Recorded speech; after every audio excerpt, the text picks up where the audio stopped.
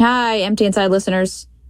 Before getting into today's episode, I just wanted to come on real quick to let you know that today is the second to last episode of Empty Inside Season 1. We're going to take about a month-long break after next week's episode and then come back in with Season 2 in January, which I think and hope that you guys will love. But in that interim between Seasons 1 and 2, you can still find episodes of Half Empty on my Patreon. If you're interested in that, you can find links to my Patreon on all of my socials, every last one of them. But until then, here's the second to last episode of Season 1 of Empty Inside. Hi. Hey, how are you? I'm good. How are you? Aye, grand. It's been... Well, I mean, not grand. The world's ending, but... it's been so long. It's been like, what is it? A half a decade since we last spoke? Or I mean, I feel like it's been forever. Yeah, it was back at, I think last time was maybe 2015. My God. How did your show go? Because I loved the title. I absolutely loved the title. I was desperate to see it when I was in LA, but it was sold out. So congratulations. Oh, thanks, man. No, it went really well. It was a great experience, and then just completely upended by all of this. So hopefully I can do it again soon. But I was about to go to New York just when everything started shutting down. But I don't know. I'm sure I'll pick it back up maybe in a year or whenever. Aye, it'll still be there. Yeah. Were you in the middle of your own stuff, or where were you when this all happened? Aye, so I was writing my new show, and I was out did a run in New York for like 3 weeks. Wrote up a brand new fucking show, and then there was points of it where like COVID was just emerging, and I was still doing like meet and greets with fans, and my girlfriend was just like, "Is this not? Should we be doing this?" And I'm like, "Well, I don't know. Like it seems okay." And then we got back to the UK, and everything shut down. We're like, "Was that stupid? Are we all going to die at this point?" And then within 2 or 3 weeks, my entire show became completely outdated. There was also no audience to perform it to. So yeah, it's been an interesting one. So will you just be scrapping that show then completely, or how's that going to... You know what? I genuinely don't know, mate, because it's like this year, this fucking year. I imagine, I'll ask you, do you feel it's changed you as a person?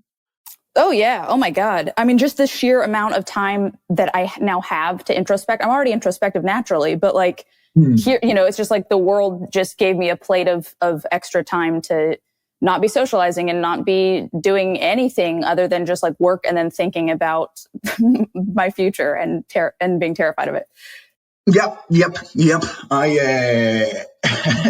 I miss being. I do miss the old world. I was very confident back then. I just feel like I've gone through this sort of change now, or I'm still sort of going through it. Like there's been some gigs that I was able to do last week in the UK, like socially distanced in like car parks and stuff. And it was fun. It was great. But man, does it feel like fucking, it feels like being 3 years into my career again. Like, I don't know, just not I don't have the fucking swagger anymore. Like, really. No, it's so interesting because I DM'd you about this, but I did want to talk with you about confidence because I feel like there is definitely some comics who their onstage persona is sort of like a false confidence. That's their thing. But you just have this very genuine confidence. It seems really authentic to you. And it's just, it looks like it's just your demeanor. I wanted to get to the bottom of that. But now what I'm hearing is that this has affected your confidence. So maybe that's where we start. Like, is that cool with you? Absolutely. You can ask me anything. Oh, thanks, man. So you felt super confident before COVID, and now is this the thing that's affected it, or does it go deeper than that?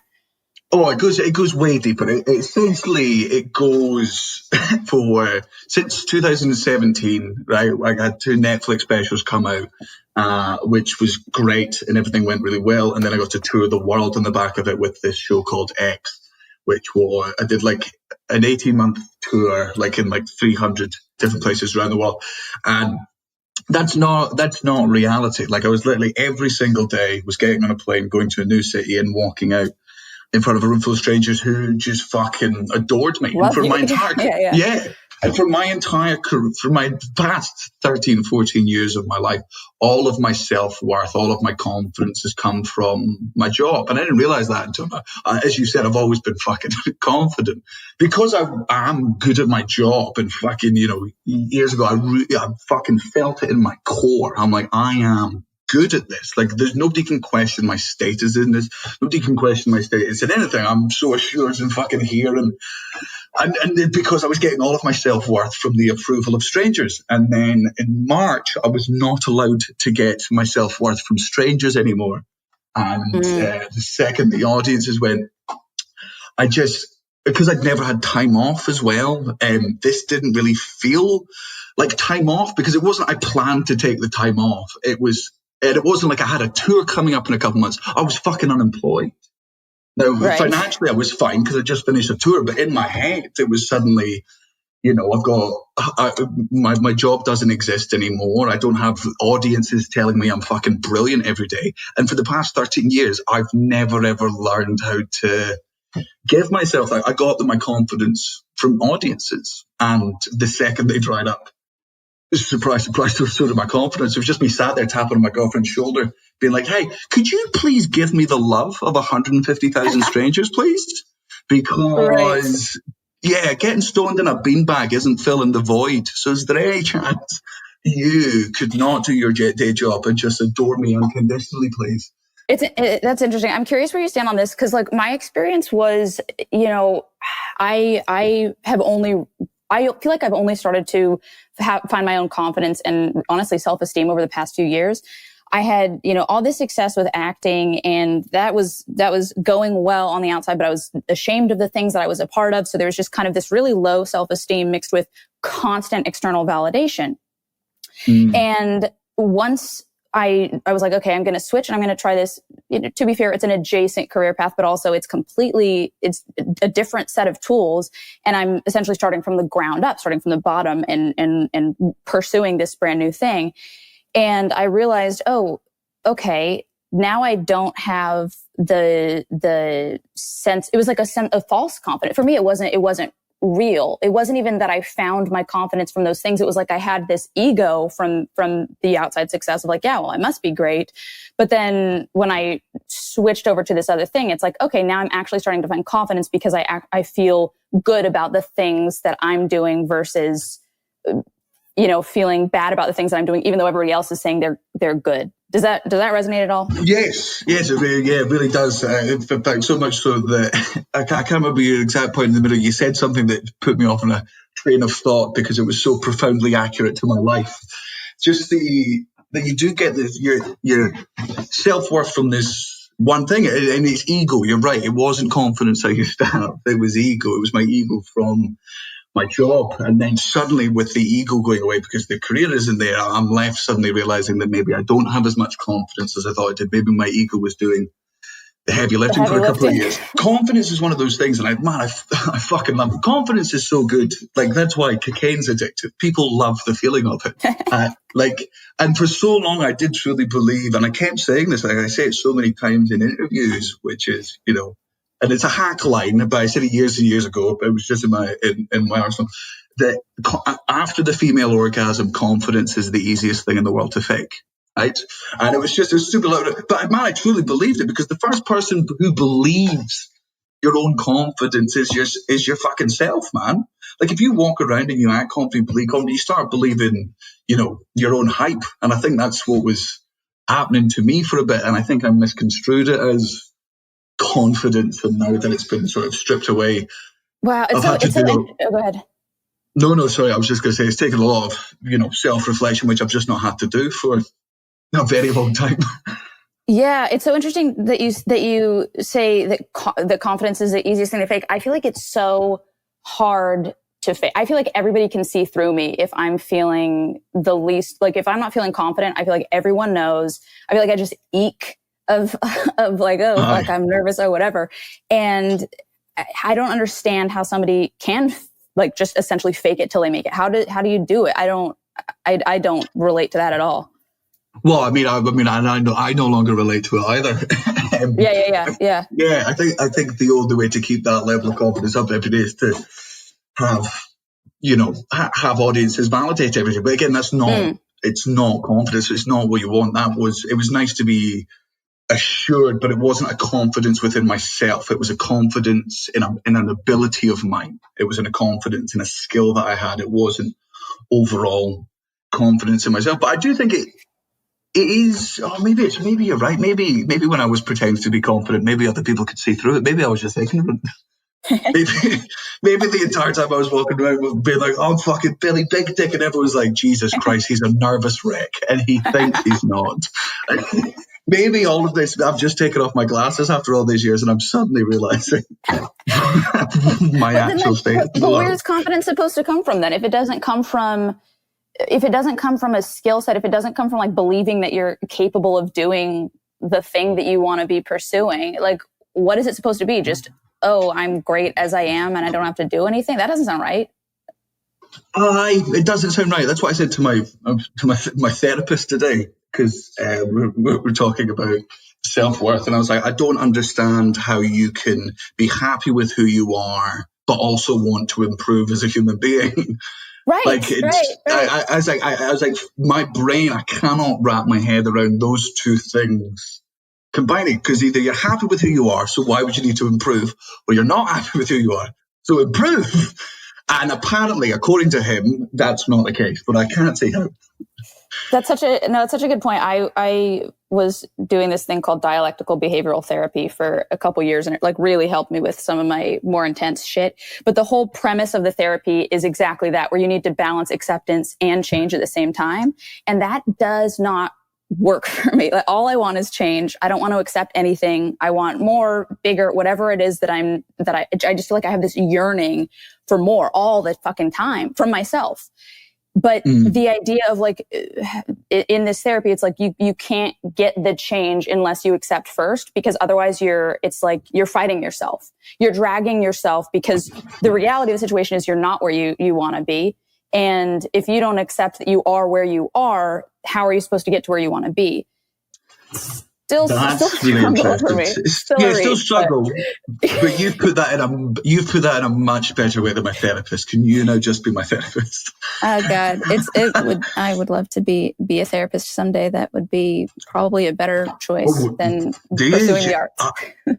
Well, I mean, to be fair, at this point in time, it would be good to get into therapy, because I can assure you, everyone fucking needs therapy. So I feel like it's a job market that's nobody's ever going to go, you know what, we've got too many therapists. We're good. Yeah. They're fine. We don't need any more analysis or introspection on ourselves. Would you go so far as to say that you started pursuing stand-up comedy? Maybe this might be a reach here, actually, but that you started pursuing it because of some sort of like a lack of confidence, that maybe you were trying to overcompensate for a thing, or what drove you to pursue it? For me, it was always what drove me to pursue comedy was the fact that I loved making my parents laugh. And it's a big thing in my family is just, making each other laugh. My parents love stand-up comedy. So I got into it through a love of comedy, but I definitely,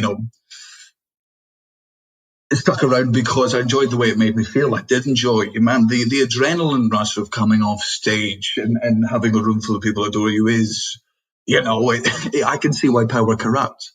It's a really nice thing, but it is also, it's a false sort of thing. In that moment, you're top of the world. Everyone in that room fucking loves you, and then and then they all fuck off, and then you're just in a car on the way to the airport. And I've completely gone off track here. I've not answered your question at all. No. If you're in that car going to the airport, whatever, after a show, then where do you find confidence elsewhere? Do you, or is it just, till I get to the next show? Like, that's basically what sustains you. Well, definitely it was that, man. And I didn't realize it was what was sustaining me. I didn't realize I was being sustained because it was only when I wasn't able to do my job all the time that I suddenly had this, I suddenly started having, anxiety, which I'd never had before. And it was really hard to admit that I'd had it, because I'd spent so much of my life, not as well. In fact, you know what? To be purely honest, deep down, thinking people with anxiety going, yeah, okay, you've got it, and I respect it, but I don't have it. I'm stronger than that. You've got it. Sympathy. You're weak. Sympathy. Yeah, but not, but in that way. But like you've got anxiety, and I accept that. That must be really difficult, but I don't have that because I'm a higher functioning person. Turns out that's not the case. Turns out it's not the case at all. Either that or I've progressed. But I didn't know. One of the toughest things for me during all of this, for the past 13 years of my life, anytime my brain has said something to me, I've always believed it because it's, as far as I've been concerned, it's always been true. I get off stage and my brain goes, fucking hell, you're the best person in the world. You're so good at this. You're so amazing. I'm like, nailed it again, brain. You've never been wrong. Okay. And then I do interviews and my career would get better. And my brain the whole time is going, fucking dude, you're the best. You're so good at stand-up. I'm like, man, you are right. I am really good at this. And it was 13 years of confirmation bias. And then suddenly I'm in my house and I don't have a job and I'm not doing anything. I'm not applying myself to anything. And my brain, who I've trusted this entire time, who's never, as far as I've been concerned, has never fucking lied to me, suddenly goes, you're lazy. You're worthless. You're not doing the things that you should be doing. You could be doing more. You're ungrateful. And I trusted it because it never lied to me before. So I just had this really like 2 months during lockdown where I didn't know what was going on with myself. It was such to be absence of confidence after having it for most of my life was jarring, and I couldn't put the words to anything. I didn't know what was happening to it. That's why I had to continue to go to therapy and go, am I fucking normal? Is this like what's happened to you? Was that the catalyst for your therapy then? This, or you had gone beforehand already? Oh, no, my catalyst for therapy was at the end of I was at a not great place last year. My tour went on way too fucking long because just bad scheduling on all parts all the way through. It got to the point where at one point I flew from London to Tokyo to Singapore to Australia to Iceland all within the space of like 7 days. So if you want to blame anyone for global warming, it was me. I single-handedly did it with that last fucking tour.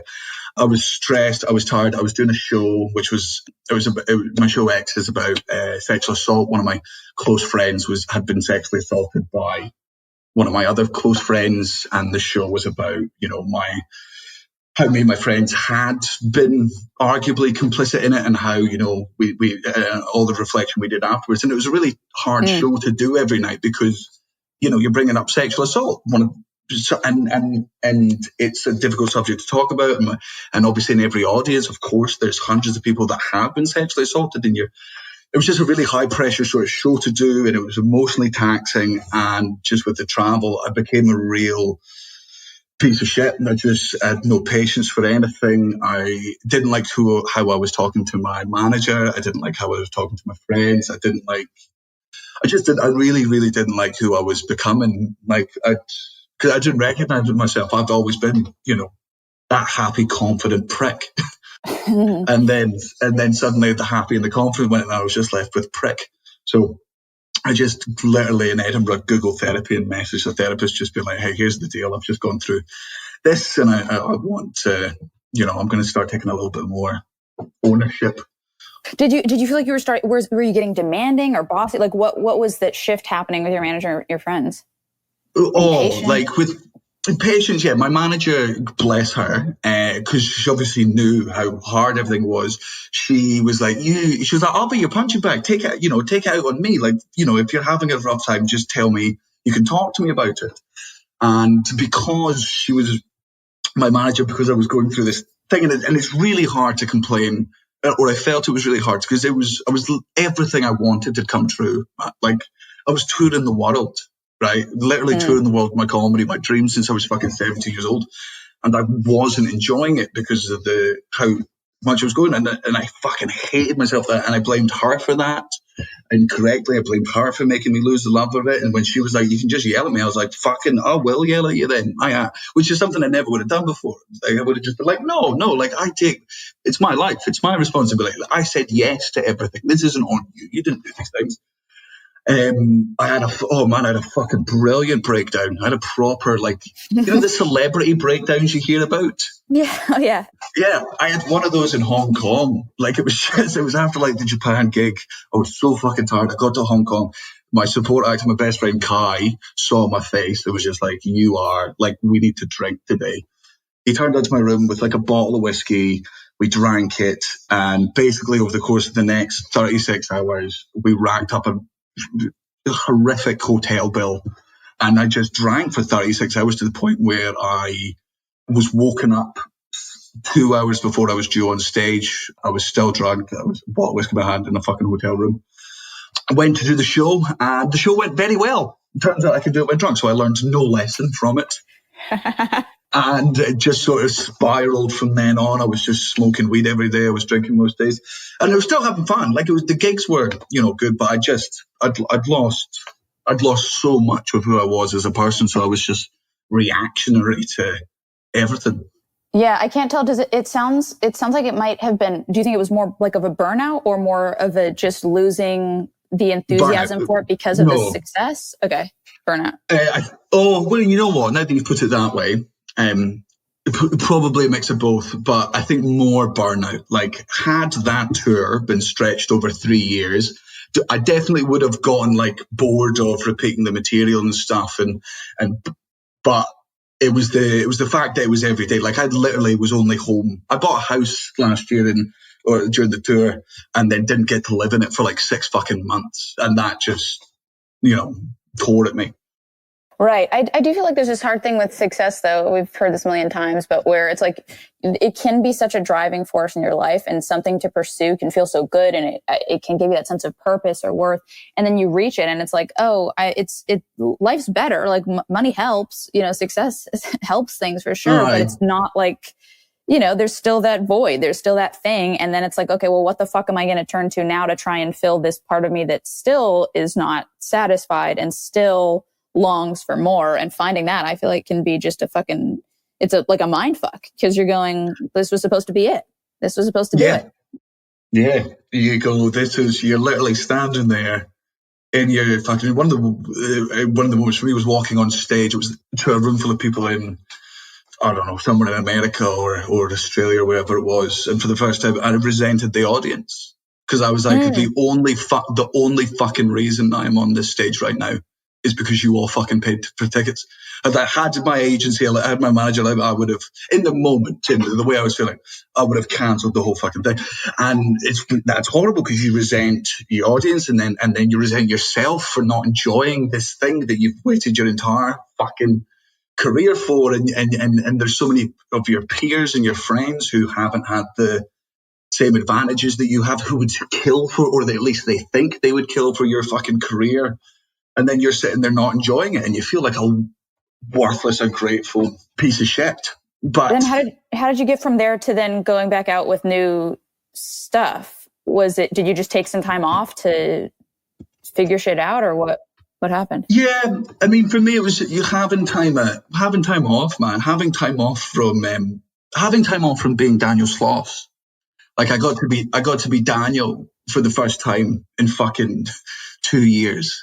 And it was sort of re-meeting him. Like, I didn't have to be this big fucking, here I am, I'm, fuck your religion, and you're fuck your government, me.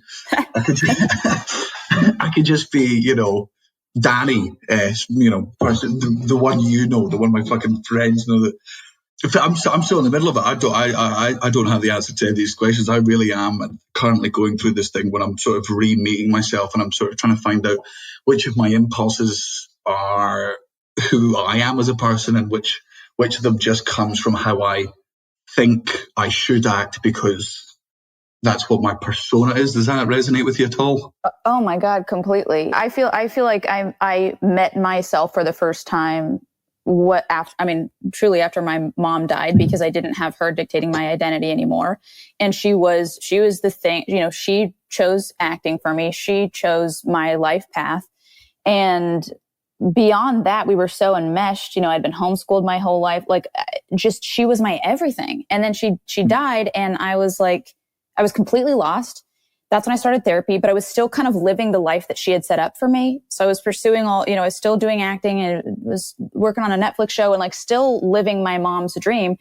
And I don't think it caught up with me until I was maybe 24 when I was like, oh, fuck, I have problems with alcohol. I have really bad eating disorder stuff. I have been, at that point, I think I'd been in a little bit of therapy, but I was just kind of going through the motion. Like I was doing surface therapy. I wasn't asking the right questions.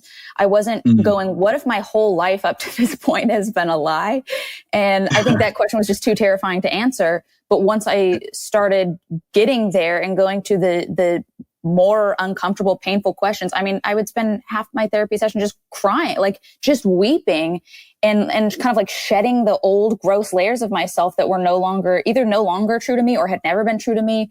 It was the most difficult thing I've ever done. I think those questions are the hardest fucking ones to come to terms with, because it just reframing your life can be it's so intimidating. It's so daunting.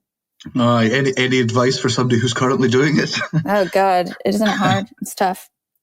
I think it's just, for me, it's just the realization that I don't know if this is such a bloke thing to say, but just asking for help, or just even admitting that you're not having a brilliant time. I really struggled, and not even admitting it publicly. It wasn't that I was worried that I was never worried that I couldn't go to my guy friends and say, oh, I'm having a hard time. Right. I couldn't say it to myself. You know, I'm deep down, I know my guy friends absolutely don't judge me for any of my fucking weaknesses. Don't get me wrong, they'll insult me for my weaknesses, but that's a very different thing. But they don't begrudge me for my weaknesses. It was me that begrudge myself my weaknesses and saw these things as fucking weakness, and not even necessarily weakness, but just not something that wasn't 100% confidence for me. I perceived it as weakness, I guess. Yeah. How does this tie in with, can we go into relationship stuff? Please. Great. So I met my boyfriend, I guess we've been together, I got like four years now. And I met him right at the turn of when it was like this really crazy timing of just like, that was when I had decided, okay, I'm going to pursue writing and directing. I'm going to completely quit acting. I'm going to leave my agents and managers. I don't want to do this shit anymore. It's fucking not fulfilling to me. New career path. I was getting really deep into recovery and kind of facing myself for the first time. Then he comes into my life, and that has been difficult for me to navigate, to make sure that he's not the source of my confidence. Does that make sense? Yes, it absolutely does. Whereas you're trying to make him not the source of your confidence. My girlfriend has filled that position and is doing it very well. And I'll just not think about her not being there. Right. Well, it's a terrifying idea for me. I'll be like, oh my God, I don't know, because he's been so lovely and sort of bolstering me and like helping me find myself more. And it's been this great experience, that the idea of, if he wasn't there, it's terrifying to me. It's so scary. Because it's while you're trying to go through this thing where it's you rediscovering yourself, or you reinventing yourself and meeting yourself for the first time, and you don't want to be influenced because the past you existed because he or she had been influenced by a past. You don't want to be influenced now. Yes. And it's, I do fully get that, but I've gone the opposite way to you. Like my girlfriend does fill me with confidence. And if I'm being honest, she fills me with more confidence than audiences do now, because my audiences, who I love, but they love me for what I say on stage, for how funny I am in the fucking hour or 90 minutes I'm on stage. Whereas fucking my girlfriend really loves me for me. Like, she loves parts of me that I didn't like about myself, and parts of me that I was like, I need to change this and I need to do this. Where she's been like, what the fuck are you on about? Why would you? Like, it's like, here's an example. I don't think I'm a smart person, and it's been something. What are you talking about? I don't see myself as a smart person. I know intellectual people. I know deeply intellectual people with wealth and of knowledge and stuff. And I don't compare to that. I don't have the same wealth of knowledge that they have. I know I'm emotionally intelligent, and I know I can use fucking big words and shit, but I didn't go to university, and I've been doing this since I was 17. And my parents are both amazing academics and incredibly genius people. And I've never felt smart. Well, no, that's not true. Sometimes when I'm on stage, I feel smart, and that's part of the fucking addiction, and that's why I like saying things that make me sound smart on stage. Whereas, so I was in lockdown. I was just going, I'm going to study this. I'm going to do all these things. And my girlfriend was like, great, do all those things if it makes you happy, but don't do those things because for any other reason than you want to. Don't try and just add parts to your personality because you think it will improve you. She just liked me and she truly likes me for me. And I've never been in a relationship like that before, and it's terrifying, absolutely terrifying. But the terrifying bit is just the thought of not having it at this point. Right. It's like that permission to be yourself can feel so comfortable. Yeah, and truly, I'm as we all are, I'm a deeply flawed human being, but I can be deeply flawed in front of my girlfriend without fear of being reprimanded, or if there is judgment there, it comes from a fucking loving place. Like, it's okay, hey, look, I love you, but that's a stupid thing to say. I do also have the fear. Oh no, I genuinely don't feel that she doesn't feel like she's influencing me. She just feels that she's just sort of nurturing me and just loving me. Just that's powerful. I definitely don't. I feel like with my boyfriend, I like fear, and this is all because of my upbringing and constantly being like the way that I would answer questions. Somebody asked me this the other day. They were like, "Is it like you were looking to your mom's face for how you should answer a question?" I was like, "That is exactly how it was." And I kind of fight that. I fight that instinct in like social settings, honestly, sometimes with my boyfriend. It's really hard for me because I feel like I go back to my fucking 8-year-old self and I'm like, what is it? Like, would I be doing this if he weren't around? Or like, my self is oriented to like looking to another person, only one person, always only one. It's either mom or a romantic partner. And I'm looking to them for sort of like validation that what I'm doing is okay. But that's fucked up, right? But then it's also like, well, but I don't want to be alone. I don't necessarily think it's fucked up. For human beings, we all need validation. Needing validation, I don't think is a weak thing. I think it becomes, if you want too much validation, it can become toxic or dangerous. But the desire for validation in general, I don't think is a bad thing. We're social fucking creatures, and I may be wrong here, but I think it's healthier, or at least for me, to get that from your boyfriend as opposed to audiences, if that makes. Yeah, no, I grapple with it. I don't know. I would ideally not ever. I guess I just want something that's not ever going to happen because I would love to not care. Yes, I just want to not care so badly. Like that to me, that's the sweet spot. I also would love to not care. Doing stand-up again at the moment, and like really, I've gone from like 1,200 seaters down to getting to 50 people because of the thing, which I really enjoy. Like, it's very fun to go back to that, but it's an entirely different process. Like, I'm not confident in myself on stage. Sorry, I'm rambling at this point. You go. Well, I wanted to go a little bit into like childhood stuff. Yeah, go on. Were you as a kid? Were you what were you like as a kid?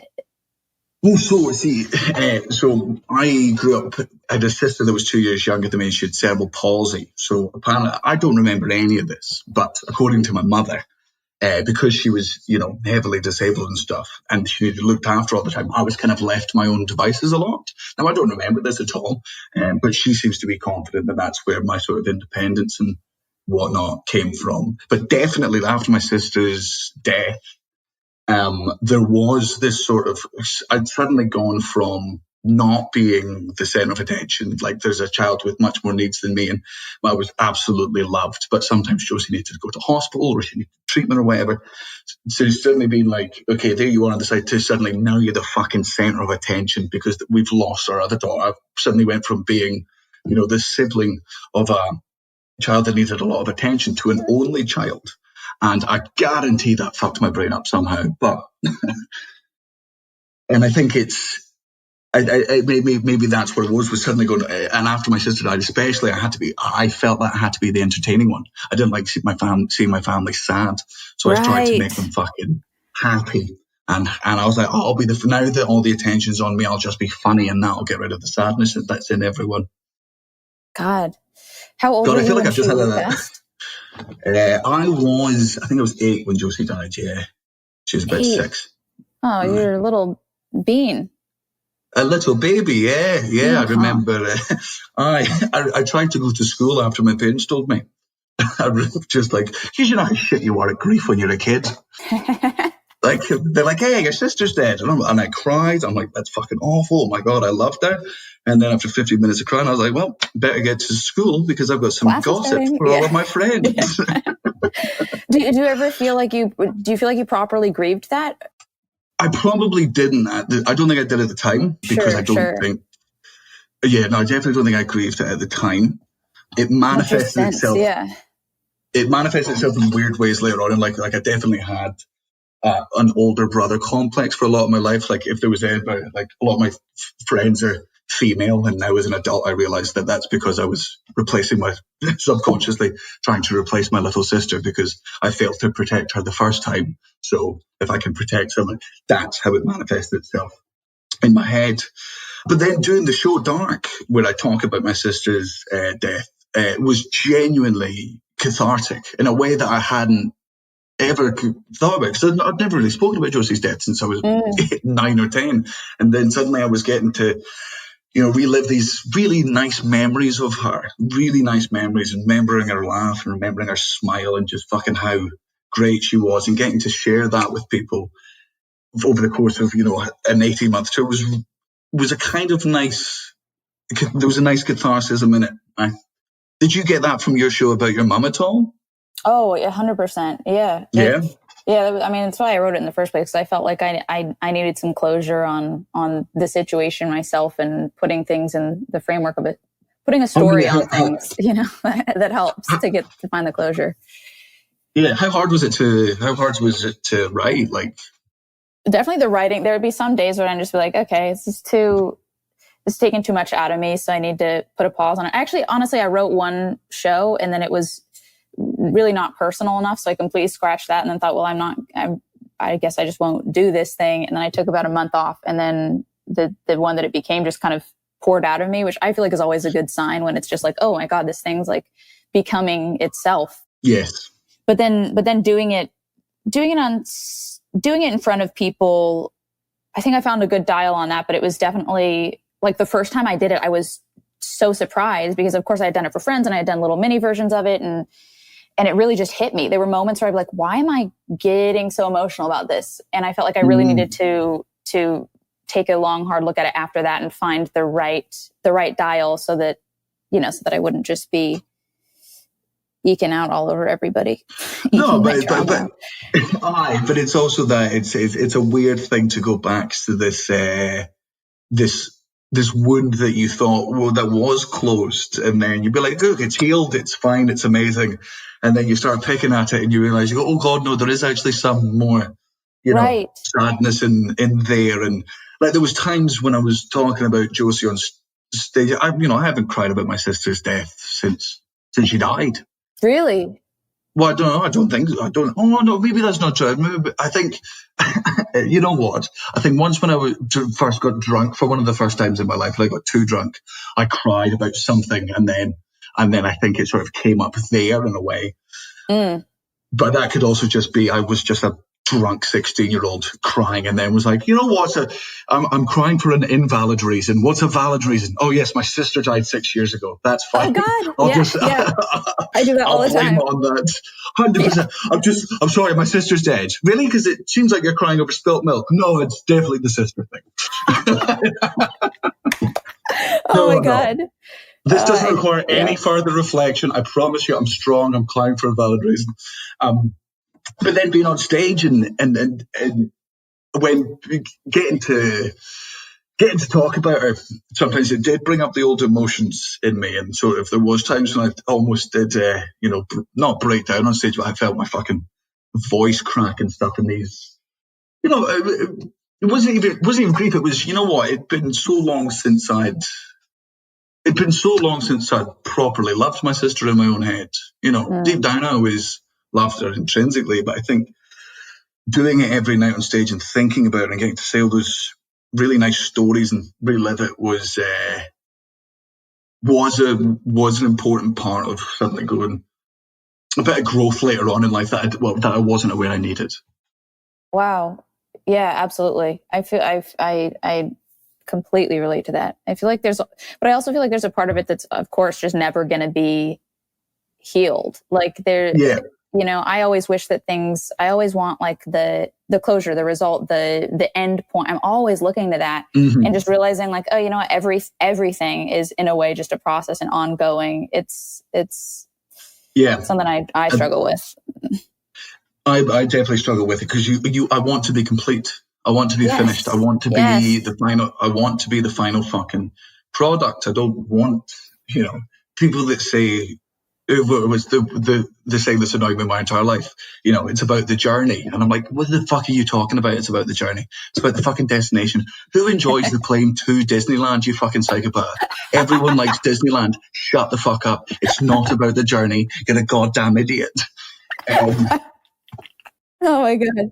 I think that's the side of us that's not good. Like I think it benefited us or at least it benefited me for so long. This idea of, I'm going to have this finished product and then I'm going to fucking tour it and there it is. And then I'm going to come up with a new product, a new show. And the second that new show is ready, it's going to go on tour and that's when I can fucking sell it. I'm all about and now I apply that to myself. I look at people that I admire and look up to, my dad, I look other comedians that I love and I go, I'm not that yet. I'm not that, so I'm not good enough. And that's not true, apparently. Apparently, right. Right. Well, according to my therapist and loved ones. What if they're all just lying to us just so we keep going? Right. I know. There is that little bit. Well, for me, that's what therapy was necessary because it's not that I don't have a good support network of friends. I've got a really loving family that properly, has supported me since the beginning. I've got a good relationship with my girlfriend and all my friends, but that's not what therapy is about. Therapy is about getting an unbiased view. Of course, my mum's going to be like, hey, no, you're great, you're fine. Right. Whereas a therapist will go, hey, let's go a bit further back. Hey, I still think you're good, but let's analyze these bits. Right. When you started talking about your sister on stage, that was sort of the first time, correct me if I'm wrong, that you went more personal with your stand-up? Yes. Is that right? Yes. Okay. Yeah. Was it that affected your confidence because you were going to a more vulnerable place where you're like, oh, fuck, I'm going to this deeper, darker, whatever you want to call it, area, and are people going to like it as much? Was it scary for you, or did you feel like, no, because at the end of the day, you are a comedian, you find funny ways to talk about things, that you were still like, no, I'm still just as confident as before? It definitely added to my confidence because I didn't really intend to do it ever as stand-up. The reason I did it was just because I was doing a random show at called Riot, and it was the comic book store in LA, and Nerd Melt, and they were just go on and tell a story that you've never told on stage. So we just went on and spoke about my sister, and it got a really, really good reaction. And especially because I'm so used to comedy, I'm so used to any silences were bad. What a silence was you said something and the audience didn't react. So I always made sure that I was punchline all the fucking time. But then suddenly these personal moments talking about my sister, the audience was silent. Nobody in the room was talking. And the first couple of times that happened, that was, the fight or flight bit in me. The comedian was going, fuck you, hey, this is bad. They're not laughing. But then you suddenly realize that silence is sometimes great. That's them on the end of their seats. That's them really paying attention and hanging on your every word. And when you've got an entire room of people hanging on your every word, you feel fucking powerful. You feel, and you do get the confidence of that because, there's that thing of, hey, I took you down. I told you about my dead disabled sister on stage and we spoke about cerebral and you still laughed and you still enjoyed it. There is I led you down this dark path and I brought us back. How fucking good am I? Definitely.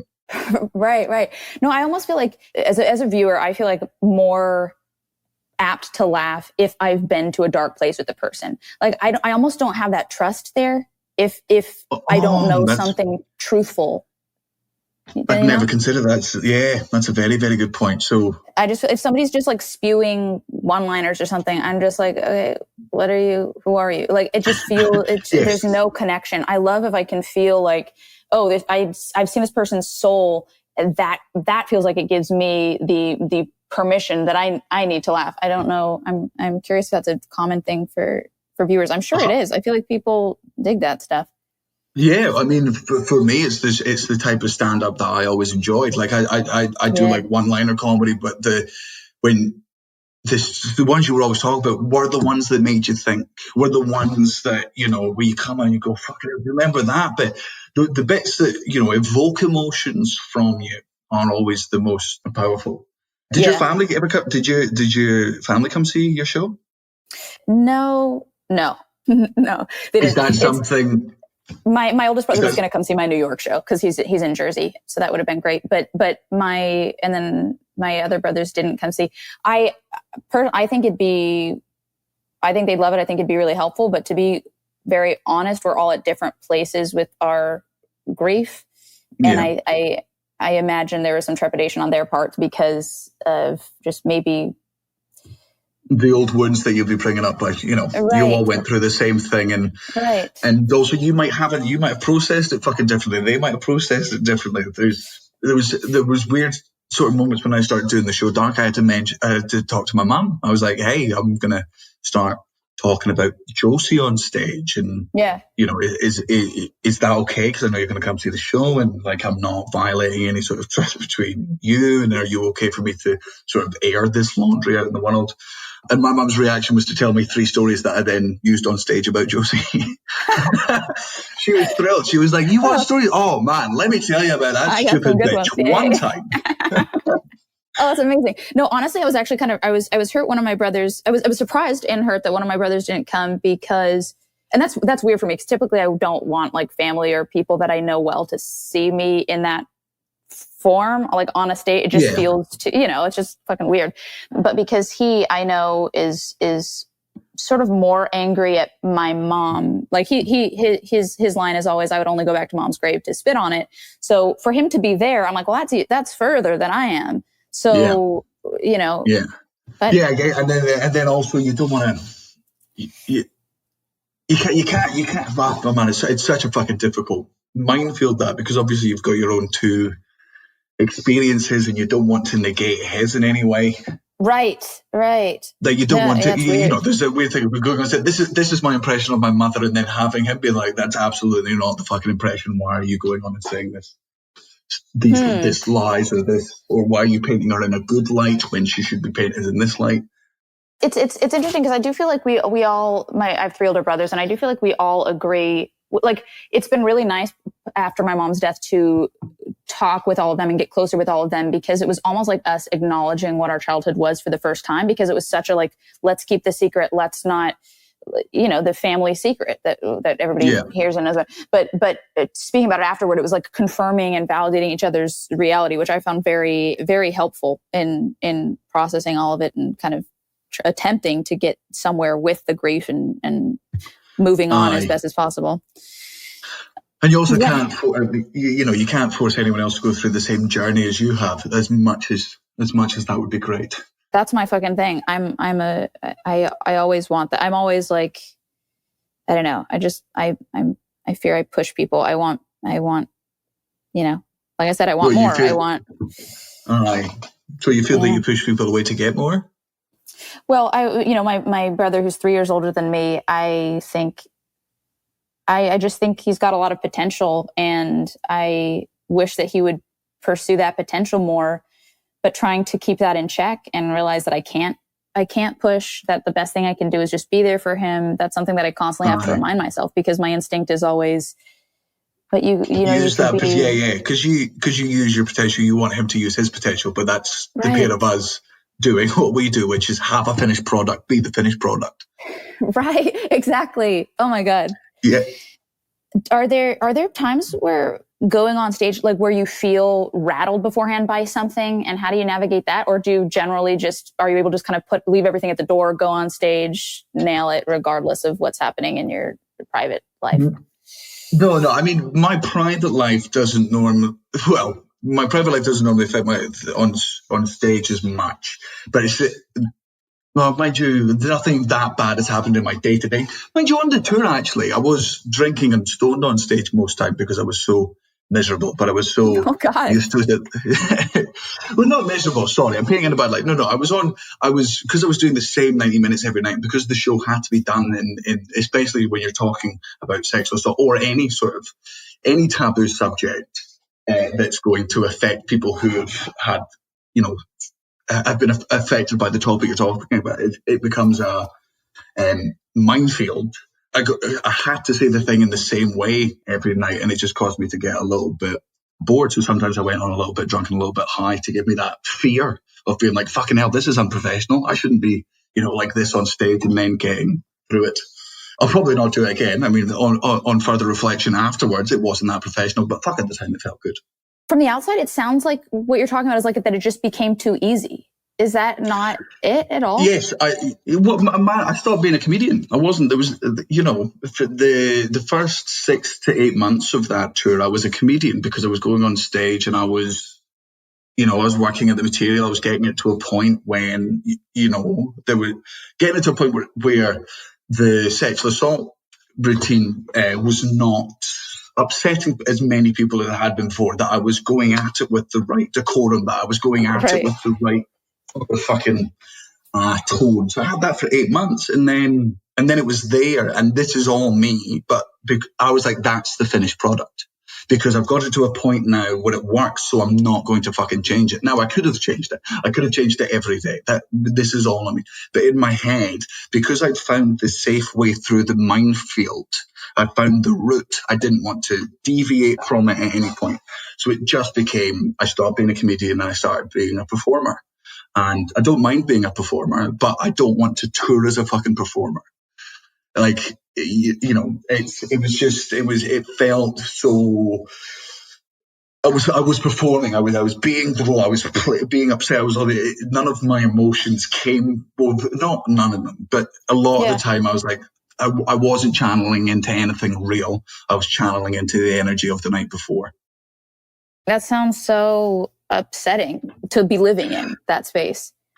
Yeah, man. And in hindsight, all of that was in my own head. It was all upon me. But it was a really fucking difficult thing to just go. Like, to go from, man, I love my job. I'm so good at my job, and I love every part of this, to suddenly go in, fucking, this is, what am I doing? And the worst thing was the show was going well. It's a really good show. I can now say, after fucking 7 months afterwards, I am, proud of the show, and the tour was great, and I did have a lot of fun. But at the time, I was just a prisoner in my own head. Then what was your new stuff? Without saying too much, what was your new stuff, and how were you able to get to a better place with that? My new stuff at the start of this year was just sort of staying away from darker topics. I was like, I'm just going to not. Oh, no, sorry. I'm so sad. No, sorry, not staying away from darker subjects, but basically my past 4 shows have always gone the same route, right? Which is essentially there's about 45 minutes to an hour worth of stand-up, and then I go into a fucking dark topic that's happened to me, and there's always a poignant moment in the show where, and I always talk, in the previous shows, it's been death, it's been disability, it's been emotional abuse in relationships, it's been pedophilia, and it's been sexual assault. Just all of them. You covered it all. Yeah, just all of them. Just bopping them all on the head. I stayed away from racism because as a white man, I feel that's not my place. That's a smart choice, yeah. Yeah. So this year I was like, you know what, fuck it, I'm just going to do just straight stand-up, just fucking straight stand-up. And my girlfriend was laughing the entire time. She's like, you're just going to do an hour of straight stand-up, are you? And I was like, yep, 100%. She was like, sure, okay, I believe you. And then sure enough, like I wrote the hour of just stand-up, and it was just an hour of stand-up. And then all of this happened, and now that I'm starting writing again, I'm just saying to her, I was like, I've got to. No, I do feel it's my responsibility. I'm like, this next show, I'm going to have to talk about mental health, because I have struggled with it, for a bit of this year, and I'm not somebody that I think a lot of people would ever assume that I would have anything like that. So I want to explore that, and it's not necessarily a darker subject, but it's an uncomfortable one. At least for me, it's an uncomfortable one. Yeah, and I think such an important one to be talking about, because I get that it's talked about in a big way right now, but it's I feel like it's talked about in a very buzzy way, and we've kind of heard all the, like, it's just chatter. I like can't wait to see what you do with it. That's going to be so fun. Yeah. People don't, when they say mental health, they're like, we should take care of fucking mental health, but there's no, hey, here's the signs when I didn't realize that I was having a rough time. Here's just hearing somebody else say something is difficult. Of, man, I had a really rough week last week. You go, I had a fucking rough week last week. It's talking about it, even no matter how small and inconsequential you think it is, you don't know how it's going to affect somebody that's watching or listening. Absolutely. I want to be conscious of your time here. Do you have just a couple more minutes to kind of go into this mental health area first? Yeah, absolutely. Go wild. Okay. So the anxiety thing you touched on a little bit, of this kind of being your first time. This is your first time feeling anxiety over the past few months? Well, yeah. Well, so what happened was, I was having it in about March or April. I was on a session with my therapist, and he was like, "How's your anxiety doing?" And I was like, "I don't have anxiety." And he just sort of looked at me. And I was like, I don't have anxiety. And he goes, how do you feel when people are late to things? And I was like, if you're late to anything, you should be shot dead. There's no reason in 2020 to be, there's clocks on everything. If you're fucking late, every second you're late, you should be texting me an apology of how late you are. And he was like, and how do you feel when you're late? And I'm like, well, I never would be late. It's an incredibly rude thing to do. I would have planned it all in advance. And he goes, yeah, that's anxiety. And I was like, oh, shit. And then suddenly just realizing that so many of my behaviors that I just thought were my normal behaviors was me confidently reacting to my anxiety to shut it the fuck up. It sounds like you have the choice to react to it a certain way. No, I think I was subconsciously reacting to it for years. I think anytime I experienced fucking anxiety, I was like, just turn the confidence up to 11 and we'll just get through this moment, or just, bolster your way through it. Whereas I couldn't do that now. And then once he started pointing out that it was anxiety, I suddenly realized that, fuck, yeah, no, I do get really tense about, really stupid little things. I'm so scared of noise, like making too much noise.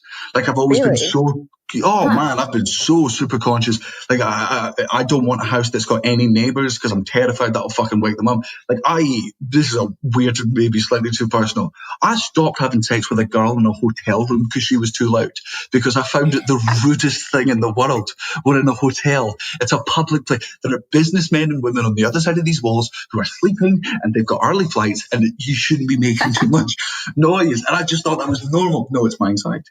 Well, that's so considerate of you. That's also sounds like a very considerate person. I don't know. I've had a really rough week with my anxiety. Tell me if you relate to this. I feel like admitting that I had anxiety was annoying for me because it's like, it always sounded like the thing that's like the lame thing. Like I didn't want anxiety. Like if I want a mental illness, I want fucking depression. Like I want the thing that like is more interesting or seems more interesting on the surface, not just like anxiety. I'm a little tense. I'm anxious. There's just really something. It's like I'm anxious. Like, hey, everyone gets anxious. Yeah. Have you ever had like panic attacks? No, well, not in this hypervent things, but man, I do definitely get into fucking. Or now I realize that I do get into hyper aware states where my anxiety is, or when I'm just looking for things to sort of control or be freaked out by. And I'm learning those, like now that I'm able to recognize those moments, it's very weird to then like look back at the last 30 years of my life and been like, fuck, that could have come in handy for most of that. I struggle still with like recognizing the moments until I'm outside of them. Like, sorry. That's what. Yeah. I mean, it's afterwards. Sometimes I am able to catch it during it, but most of the time it's afterwards. But I never would have had the reflection before. I never would have realized that my anxiety had been triggered or anything had happened to it. Right. Yeah. I feel like it becomes me. Like myself just kind of disappears, and I completely, to your point of like believing what your brain's telling you, I believe that what the anxiety is telling me. This past week, it's been, I couldn't tell you what the switch was. 'Cause I'm like, well, fucking COVID's happened. It's been happening for months. It's not like I'm suddenly anxious about this thing that's been looming and over us for so long now. But it was just like, I had, I'd be crying and not know why I was crying. And I'd feel like fidgety. I'd be counting things. I make lists of things. There's all these like weird fucking annoying, like, but I wasn't even aware that I was making the list while I was making the list, if that makes any sense. It's like, I'd made the list 3 times and then I was like, oh, okay, I don't know why I've just counted all these skincare in my cabinet, but I guess that's where I'm at. But it's hard. I don't know. Like, it's really hard. So then if you're feeling anxiety, if you felt it over these past few months and that's about the future, what do you think it is about the future that's making you anxious? Well, I mean, would you want an honest answer? Yeah. Yeah, I don't think America's going to exist in 20 years. That's a big one. like we're all sliding down a hill of shit towards a fucking, a big, you guys are going to have a civil war in the next 2 to 6 years. And that's do you bring a child into the world if you think it's going to fucking end? And, sure. Do I have, does my job exist at the end of this? Will we ever get back to normal standard? Will theaters still exist? Will I still be as funny? Will people, because during quarantine and lockdown, because I've been going through this fucking process of changing, I've not been online that much. And, do people still like me? Am I still funny? Like, do I still have an audience? Do people still fucking give a shit? Am I forgotten? All these sort of things come up. Yeah, that second part was what I was curious about, because it's interesting that you kind of went global first, because of course it's like a terrifying time right now, but I find my anxieties to be surprisingly selfish. Like how on earth do I have space for anxiety about my fucking career when everything's happening? Like, literally, I don't know if there's California wildfires. I don't know if my fucking place is going to burn down next week. Yet all I'm worried about is like, well, where's my career going? What is that? Like, right? But I would argue yours is better, because you're anxious about things that you're arguably in control of. And those are way better to be anxious about. There's no point you being anxious about the fucking wildfires, because unless you've got a fire engine, which I don't think, last time I saw you hadn't, that's not on you. Yeah. Most of my anxiety is about the stuff I can't control, because I'm a fucking control freak. And what I can't control is the world. So I just sit there and I watch the news and I just fucking and it's not good. Like I would much rather be in your position. We should just be worried about what we can affect. What can we do in our everyday life to improve those situations? God, I'm such a fucking hippie now. No, I was just thinking it's like a much nicer way of framing it. I'm just like, I'm fucking selfish. And you're like, no, it's this great. Like, it's not selfishness at all. It's you understand that, you're just choosing to be in control of your own life. And from this conversation, we'll be honest, let's do a little bit of self-love here. We are doing good things for ourselves. We are making positive steps towards towards having better mental health. We are both taking responsibility for it. Somehow we've gone full circle, and now you're my therapist. This is great. Good, because otherwise I owed you $300. I just didn't want to be in debt. All right. Okay. I think we are good to go.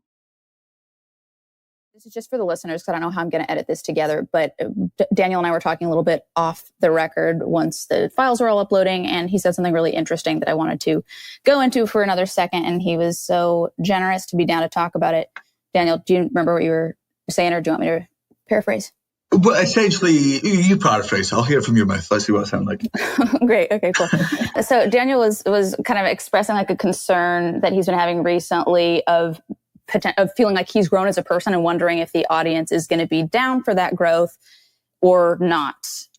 Yeah, like you nailed it. No, you nailed it better, and it's a wonderful jumping off point. Yeah, man, it's like, just, for fucking the past 4 years or 5 years, the product of me, the Sloss product is, or at least the way I see it, is confident, borderline fucking arrogant guy on stage, very confidently exuding all of his opinions and having 100% fucking conviction in everything. Whereas now I've sort of changed into this, I've grown to this person who, does have these doubts about himself and isn't as 100% in his convictions. And there's a fucking, there is the product that people want or not even is it the product people want, but the people that have liked me so far, they still like this fucking new me. And it's a really weird thing because I know this past me is fucking successful and I've had all of this success and it's been great. And just this fear that if I go off in this new direction, even though it's beneficial for me, or at least I think it is, how is it? How's it going to be fucking perceived? Are people going to start walking out being like, Jesus Christ, Sloss has become a fairy in the past 2 years? Like those sort of, Fuck yeah. I shouldn't care, but of course, I do. I was confident in the old me, in the new me. Yeah, I'm hoping this isn't going to be put fears in more fears in your head. But I feel I relate super deeply to this. When I was I'm going to switch to writing and directing, I knew that was I was very used to the instant gratification and the instant okay, I'll do this part and then I'll post this kind of very photoshopped but hot picture of myself and then I'll get 300,000 likes and then people will watch this thing and then I'll do whatever. And there was just kind of this ease to it that once I accepted, I've outgrown that person, I'm going to try this new thing. It threw me for a loop. I didn't know how to move forward. And I certainly was not confident initially because everything that I knew before was stripped away. The validation was stripped away. And I also fucking signed off from social media for a couple years because I knew that validation wasn't going to help me grow and make hopefully good art that I believe in. If I was just listening to, because I knew those people, it's completely different with you because it seems like, God, now it sounds like I'm shitting on my former fans, but it seems like you have a good fan base who's probably smart and, in order to like your stand up now, you got to be a certain level of thoughtful and you think, but you should meet some of those fucking morons, I tell you. Are they not that way? What are they like? Oh, man, most of them are lovely, but let's not pretend for a second they're all fucking PhD holders. Jesus. Some morons fucking love me. My broad appeal a lot of the time is because I sound smart to idiots. So they're like, okay, we can understand this guy. He's a genius and I understand him. So therefore I must be some type of genius too. Oh God, I didn't think of that. But I don't know, man. It's just finding the conviction in myself of I'm going to make these things that I believe in, whether or not people show up. And it was really nice. The one woman show did really well and I was super proud of that. And now this podcast has been doing well. But before then, I honestly felt like I was just beating my head against a wall. And I was like, am I so stupid? Why have I not been given all these great directing opportunities? I feel like I've made good short films. Why are they not hitting the way that I want them to hit? And I know I've grown to this place, but maybe I know I haven't grown as much as I want to, but maybe it's just not clicking. And will it ever click? It was fucking, yeah. I was post breakdown at this point, luckily, but it's really hard to find your self-worth, I feel, when you're dealing with that. Because it's you're so used to things being one way and getting that validation, and you just don't have it anymore. So then what's that process going to be like for you? Let's just do a hypothetical here. If it's if it is if it's a smaller audience, but you believe in what you're doing more and you like it better. I think I hope I have the fucking conviction to, stay by it. If some of the newer bits and some of the newer routines don't go down as well as I want them to, I hope I don't regress to older material. And I trust my ability to do that because normally whenever I've encountered difficult new material, like the Dead Sister stuff didn't go down well at first. The sexual assault stuff absolutely did not go down well at first. And that never dismayed me. But that was also back when I had all that fucking confidence. So right. I really hope I still have that. I guess my fear is I worry that I don't have the confidence to tell the audiences to drag them down dark alleys, to take them to uncomfortable places, because so much of that is in conviction and confidence and them trusting you. fucking ability. How did the previous stuff get to with the sister, with the sexual assault? Was it just a ton of rewrites? Did you really change your performance? What do you attribute it to mostly that got it to the place where it is very palatable, very funny while talking about the dark subject matter? Oh, the sexual assault stuff was very simple. So my friend who the survivor, the one that had been sexually assaulted, she helped me sort of put the show together and help write not necessarily write it, but she was constantly there as input, going, okay, I know you're coming from the right place, but you're coming from a man's perspective, and it's quite insensitive here. So you need to change the phrasing on this, and maybe I know this comes from a good place, but you're hitting it at the wrong angle, and you've got to remember that you are a non-survivor talking about this. And then when I started doing it on stage, like the first preview was in a place called Stirling in Scotland, to about 50 people. And I did the sexual assault stuff, and it was so uncomfortable. There wasn't a fucking single laugh all of the way through it, like just deathly silence.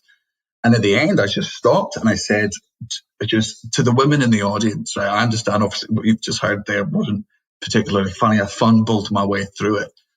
But should I talk about this? Is this worth me talking about? Or should I just stay away from it? Like, should I not get involved? Is it too insensitive? Am I too far removed from it? Like, genuinely, women in the audience, what do you think? And every single fucking one of them was like, please talk about it.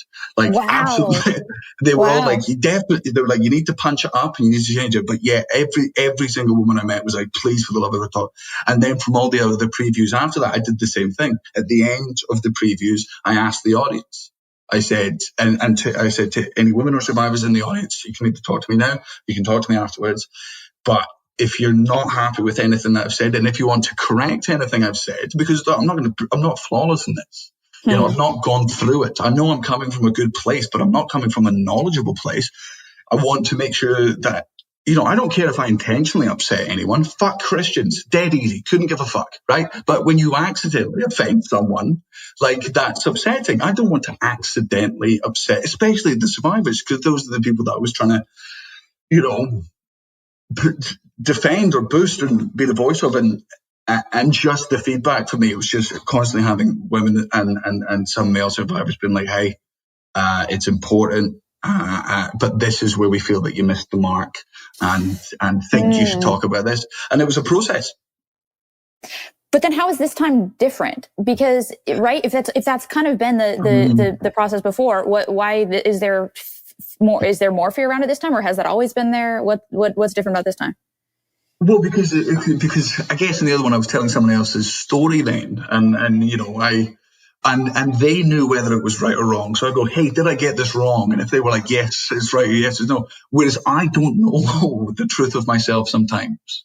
So it's the thing of, am I saying this because I believe it, or am I saying this for any other reasons, or am I,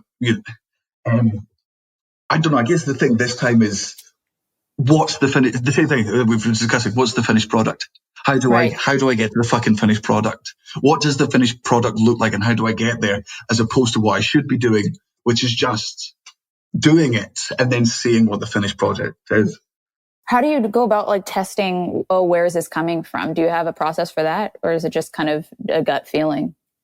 A gut feeling, and I always want to make sure it's a gut feeling, and then you can gauge it by audience reaction. And then also I've got like good friends who are and agents and my parents and stuff who watch my stand-up, and I can normally tell from their reaction whether I'm going down a good route or whether I'm just going down a shite route, or not necessarily just a shite route, but a lazy route or an important route. I feel like it's such a good sign that that a concern of yours is like, having to do with outgrowing yourself, right? Like that, because the opposite route is that you become a caricature of yourself by trying to meet your old self that you've outgrown, and that doesn't quite fit anymore, but you knew it worked. So then you like put on the old Daniel Sloss hat, and then you go out there and you do Daniel Sloss, but you're a different Daniel Sloss now. Like, it just seems like it seems like great. I'm sure this will be great stuff. I hope you're right, and thank you for saying such nice things. Guess we'll see. Yeah, fingers crossed.